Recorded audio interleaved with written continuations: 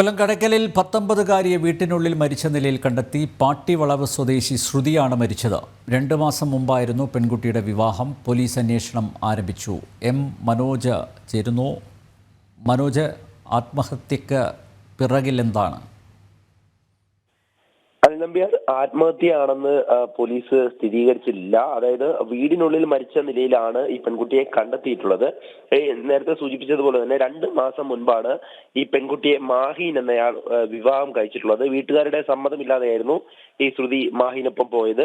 ഈയിടെയായി ഈ സ്വന്തം വീട്ടിൽ, അതായത് അമ്മയോടും സഹോദരനോടും ഒപ്പമാണ് ഈ മാഹീനോട് കൂടി തന്നെ ശ്രുതി താമസിച്ചു വന്നിരുന്നത്. കഴിഞ്ഞ ദിവസം മാഹീനുമായി ശ്രുതി തർക്കത്തിൽ ഏർപ്പെട്ടിരുന്നതായും വിവരമുണ്ട്. അതിനുശേഷമാണ് രാത്രിയോട് കൂടിയാണ് 10 മണിക്ക് മാഹീനാണ് ഈ ശ്രുതി തൂങ്ങി നിൽക്കുന്നത് കണ്ടതെന്നാണ് പോലീസിന് നൽകിയിട്ടുള്ള വിവരം. തുടർന്ന് ആശുപത്രിയിൽ എത്തിച്ചെങ്കിലും ജീവൻ രക്ഷിക്കാനായില്ല. എന്തായാലും കടയ്ക്കൽ പോലീസ് സംഭവത്തിൽ അന്വേഷണം ആരംഭിച്ചിട്ടുണ്ട്. അതേസമയം തന്നെ ഈ മരണത്തിൽ ദുരൂഹത ഉണ്ടെന്നും ആരോപണം ഉയരുന്നുണ്ട്. ഇതുമായി ബന്ധപ്പെട്ട് കടയ്ക്കൽ പോലീസ് മറ്റ് വിവരങ്ങൾ ശേഖരിച്ച് അന്വേഷണം തുടരുകയാണ്. എന്തായാലും മാഹീനുമായി ബന്ധപ്പെട്ടിട്ടുള്ള തർക്കമാണ് ഈ മരണത്തിന് കാരണമെന്നതാണ് പോലീസ് കണ്ടെത്തിയിട്ടുള്ളത്. കഴിഞ്ഞ ദിവസം മാഹീൻ പുറത്തുപോയ സമയത്ത് ശ്രുതിയുമായി തർക്കത്തിൽ ഏർപ്പെട്ടു. മദ്യപിക്കുന്നതുമായി ബന്ധപ്പെട്ടാണ് തർക്കമെന്നാണ് വിവരം.